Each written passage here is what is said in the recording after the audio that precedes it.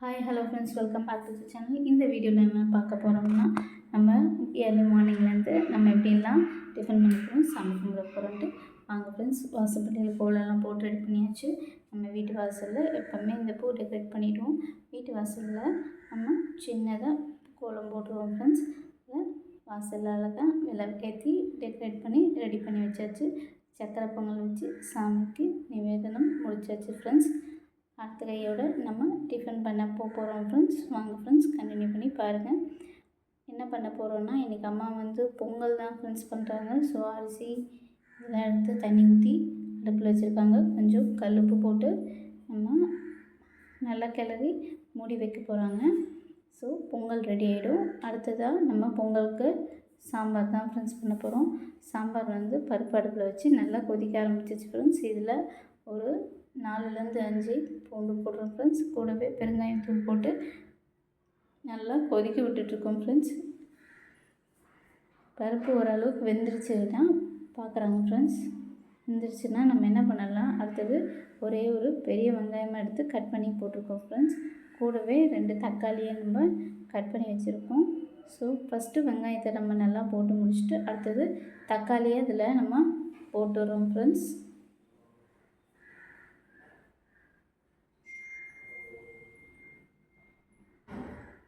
தக்காளியை நீங்கள் போட்டுருங்க ஃப்ரெண்ட்ஸ். இப்போ நல்லா இதை நல்லா கொதிக்கிட்டோம் ஃப்ரெண்ட்ஸ். கொதிச்ச அப்புறமா பாருங்கள்,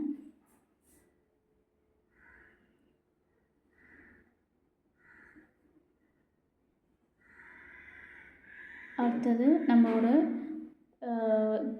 கத்திரிக்காய் நம்ம இதில் நம்ம ஆட் பண்ண போகிறோம். ஸோ அது கட் பண்ணி வச்சுருக்கோம் ஃப்ரெண்ட்ஸ். கட் பண்ணதை இதில் நம்ம போட்டுடுறோம் ஃப்ரெண்ட்ஸ். போட்டுட்டு இது வெங்காயம், தக்காளி, அப்புறம் பருப்பு, கத்திரிக்காய் இதெல்லாம் சேர்ந்து நல்லா கொதிக்கட்டும் ஃப்ரெண்ட்ஸ். கொதிச்சுட்டு அதுக்கப்புறமா தான் நம்ம மிளகாத்தூள்லாம் ஆட் பண்ண போகிறோம். ஸோ இது வித்தியாசமாக கொஞ்சம் டிஃப்ரெண்ட்டாக செய்யலான்ட்டு ஃப்ரெண்ட்ஸ். இப்போ நம்ம இதை போட்டிருக்கோம் ஃப்ரெண்ட்ஸ். நான் சொன்னபடி ஒரு 2 ஸ்பூன் மிளகாத்தூள், அவங்கவுங்க காரத்துக்கு ஏற்ற மாதிரி நம்ம மிளகாத்தூள் இதில் ஆட் பண்ணியிருக்கோம் ஃப்ரெண்ட்ஸ்.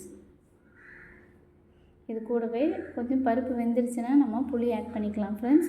புளி முன்னாடியே ஏன் ஆட் பண்ண வேணாம்னு சொன்னேன்னா, புளி போட்டோம்னா இனிஷியலாகவே நம்ம புளியை போட்டுட்டோன்னா வறுத்துருன்றனால அது முடிஞ்சிருச்சு ஃப்ரெண்ட்ஸ். சாம்பார் ரெடி ஆகிடுச்சு. இப்போ அடுத்தது வடை. இப்போ நம்ம வீட்டில் எப்பவுமே பொங்கல் பண்ணால் கண்டிப்பாக நம்ம வடை செய்கிறது நம்ம எப்போவுமே வழக்கம் தான் ஃப்ரெண்ட்ஸ். ஸோ அதனால் மாவெல்லாம் அரைச்சி ரெடி பண்ணி வச்சுட்டோம். ஸோ அம்மா வடை செஞ்சிட்ருக்காங்க. இதுக்கு அடுத்ததாக நம்ம இந்த சாம்பாருக்கு நம்ம தாளிக்க போகிறோம் ஃப்ரெண்ட்ஸ். சாம்பார் சொல்ல முடியாது, இது கத்திரிக்காய் மசியல் கூட சொல்லலாம். இது நம்ம பொங்கலுக்கு ரொம்ப ரொம்ப சூப்பராக இருக்கும். ஸோ நீங்களும் வீட்டில் ட்ரை பண்ணி பாருங்கள்.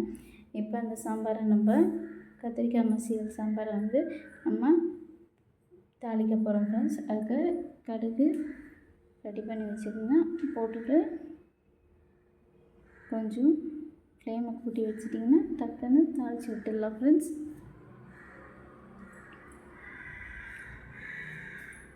இப்போ ஒரு 5 பல் பூண்டு மட்டும் நம்ம ஆல்ரெடி எடுத்து தோல் நீக்கி ரெடி பண்ணி வச்சு தட்டி ரெடி ஆக்கிக்கணும் ஃப்ரெண்ட்ஸ். இது தாளிப்புக்கு ரெடி பண்ணுறதுக்கு தான் நான் ஆல்ரெடி ரெடி பண்ணி வச்சுருக்கேன். ஸோ அதனால் இப்போ கடுகு பொரிஞ்ச அப்புறமா நீங்கள் இதில் ஆட் பண்ணிக்கலாம்.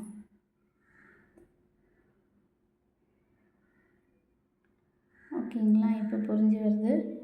இப்போது இந்த ஸ்டேஜில் தான் நம்ம ஆட் பண்ண போகிறோம். ஸோ அம்மா 4 பூண்டு ஆட் பண்ணிக்கிறாங்க.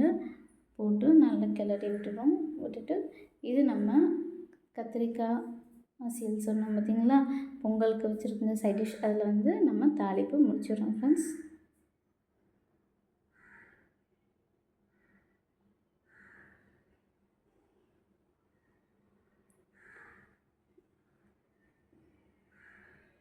கத்திரிக்காய் மசியல் நமக்கு ரெடி ஆகிடுச்சு ஃப்ரெண்ட்ஸ். இது பொங்கலோடு வச்சு சாப்பிட்டோம்னா செம்ம சூப்பராக இருக்கும் ஃப்ரெண்ட்ஸ்.